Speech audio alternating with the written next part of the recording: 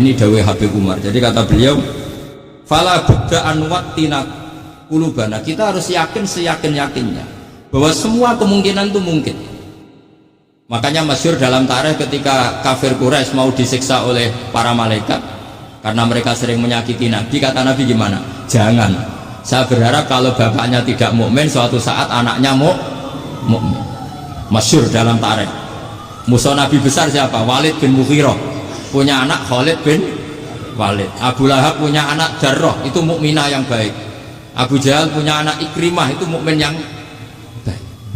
Di Indonesia lebih hebat lagi. Bapaknya ra iso maca Quran, anaknya hafid. Bapaknya utun ra tamat SD, anaknya jadi dekan. Di Indonesia banyak orang nggak siapa-siapa, anaknya jadi presiden, anaknya jadi menteri. Artinya jangan karena bapaknya kafir kamu nganggap anak turunnya pasti selalu kafir. Teori itu sudah salah zaman Rasulullah. Yaitu Walid akhirnya punya anak Khalid, Abu Lahab punya anak Jarrah, terus siapa? Abu Jahal punya anak siapa? Ini penting saya utarakan karena dakwah kalau terlalu semangat, nanti kalau menghilangkan tauhid bahaya. Tetap innal huda. Uni Soviet kayak apa? Mengkooptasi negara-negara sekelilingnya sampai jadi Zuni.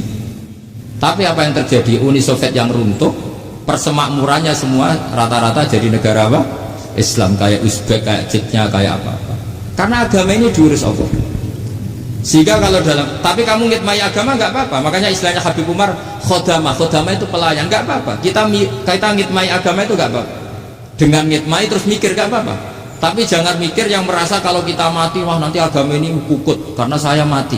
Kamu itu siapa?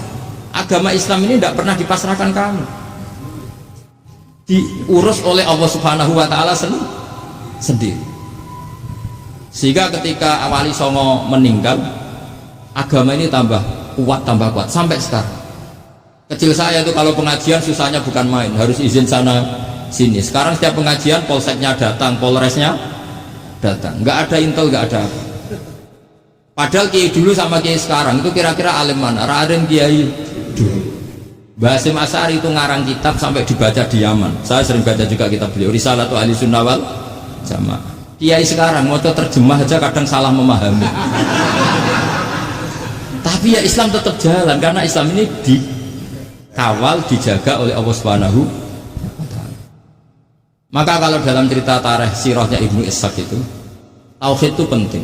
Beliau cerita begini, Sayyid Abdullah itu namanya Abdullah bin Abdul Muthalib. Kita tahu kenangannya Rasulullah terbanyak itu bukan dengan Sayyid Abdullah tapi dengan Sayyid Abdul Muthalib, dengan mbahnya. Karena Nabi itu mulai kecil dirawat oleh siapa? Mbahnya. Yaitu yang disebut Nabi ketika 2 bulan kan abahnya sudah meninggal.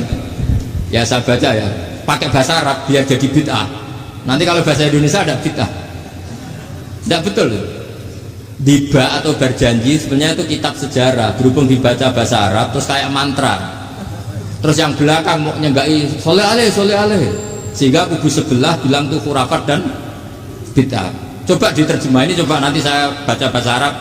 Walamma tamma min hamli syahroni ala masyhuril aqwalil marwiyatu fiya bil madinati abuhu Abdullah wa kana qad istaza bi aqwalihi bani adi min at-taifatin najariyah wa makatha syahron saqiman yu'anu nasukmahu wasakwa. Terus di pojok sana bilang soleh aleh pasti kubu sebelah yang liwat, wah itu khurafat bid'ah karena dianggap mantra.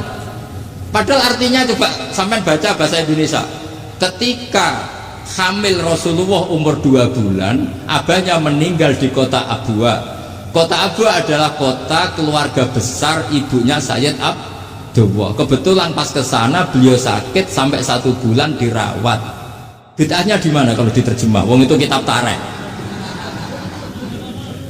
Makanya saya nggak tahu yang membidah-bidahkan tiba itu karena tadi.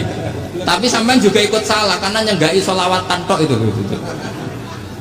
Jadi makanya saya bilang tadi kalau bahasa Arab bid'ah, kalau sudah terjemah tidak bid'ah karena kelihatan kalau itu hanya kitab tarikh. Loh, coba bid'ahnya di mana? Wa ba'du fa'aqulu wa Muhammad bin Abdullah bin Abdul Muthalib bin Hasyim. Itu kalau diterjemahkan, kamu harus tahu siapa nama Muhammad. Muhammad punya abah siapa? Rasulullah Muhammad Abdullah. Punya abah siapa? Abdul Mut. Punya abah siapa? Hasyim. Coba baca gitu di kubu sebelah. Oh iya iya. Berhubung kok baca bahasa Arab. Wa ba'du faqul wa Muhammad bin Abdullah bin Abdul Muttalib bin Arif. Jadi itu hanya salah baca saja. Maksudnya salah yang hukumi, bukan salah yang baca, salah yang apa? Hukumi. Sayyid Abdullah ini orang yang tauhidnya sangat kuat. Sayyid Abdul Muttalib lebih kuat lagi. Saya cerita sedikit betapa pentingnya tauhid. Ketika pasukan Abraha bawa pasukan gajah mau menyerang apa? Ka'bah. Itu sebelum menyerang itu semua aset-aset milik orang kafir Quraisy, milik orang Quraisy lah, itu ditawan, diambil, termasuk milik Sayyid Abdul Muttalib, milik Abdul Muttalib. Terus ketika mau masuk Ka'bah, mau masuk Mekah, kata Abraham, man sayyidu hadal wadi, siapa yang kamu tuakan, yang kamu pertuan di sini? Oh, Abdul Muttalib. Abdul Muttalib itu dipanggil, itu auranya luar biasa. Abraha yang di tempat perkemahannya itu harus duduk di atas karena dia raja, itu duduk di atas gak berani, saking wibawanya Abdul Muttalib, ini mbahnya Rasulullah. Akhirnya Abraha bilang gini, saya duduk di bawah tidak mungkin karena saya raja, kamu duduk jejer saya tidak mungkin karena nanti umat saya kecewa karena raja kok disaingin gitu. Ya sudah, santai, berdiri-diri kita ngomong.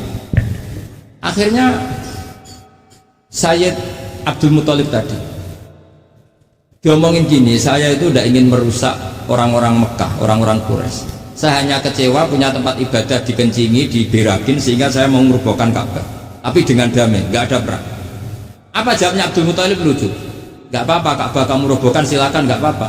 Yang penting unta saya yang kamu sita kembalikan, harta saya yang 100 unta kamu sita kamu kembalikan. Itu Abraha kagetnya bukan main. Kaget karena kamu itu pemimpin apa? Tadi saya hormat kamu karena kamu tak anggap orang hebat. Hadhil Ka'bah dinu abaika, ini Ka'bah itu agama kamu. Pas saya hancurkan kok kamu tenang-tenang saja. Padahal pas mau saya hancurkan kamu tenang-tenang saja, malah tanya unta kamu itu gimana? Apa jawabnya Abdul Muttalib? Inna lihadal baiti rabban hamahu, sebab Ka'bah itu ada yang punya dan pasti akan melindungi Ka'bah. Tapi kalau unta itu milik saya, ini urusan saya, ini unta. Jadi inna lihadal baiti rabban hamahu itu tidak milik saya, itu ada yang punya. Ya sudah, biar yang punya aja yang jaga, itu tidak urusan saya. Akhirnya unta dikembalikan, aman deh. Terus akhirnya dia ke Ka'bah, fa'akhudha bi halaqatil bab, karena dulu apa itu halaqatil bab, karena dulu itu yang dipakai apa itu pegangan itu bentuknya apa? Bulat, makanya diistilahkan halaqah apa? Bulat. Kalau sekarang halaqah ilmiah itu seminar. Benar. Halaqah itu buluhi lain lagi. Ya. Pegang terus bilang gini, kata Abdul Muttalib, ya Allah, Ka'bah ini mau dihancurkan oleh Abraha. Ka'bah ini milik kamu. Saya mau ke gunung, mau melihat apa yang kau lakukan terhadap orang yang mau merusak. Abdul Muttalib bilang ke umatnya, wa ya qaumi, ayo kita ke gunung melihat ma fa'ala rabbuna, apa yang akan dilakukan Tuhan kita terhadap orang yang mau menghancurkan. Jadi santai saja, santai. Terus Abdul Muttalib naik gunung sama orang-orang Quraisy. Abraha datang mau merusak Ka'bah, terus terjadi alam taro kaifa fa'ala rabbuka bi ashabil fil, itu melihat, dan betul Ka'bah dijaga Allah. Islam juga gitu. Ketika Islam dikooptasi Uni Soviet, semua ulama, semua wali perasaannya hanya nunggu kehancuran Uni Soviet, karena pasti agama ini dijaga.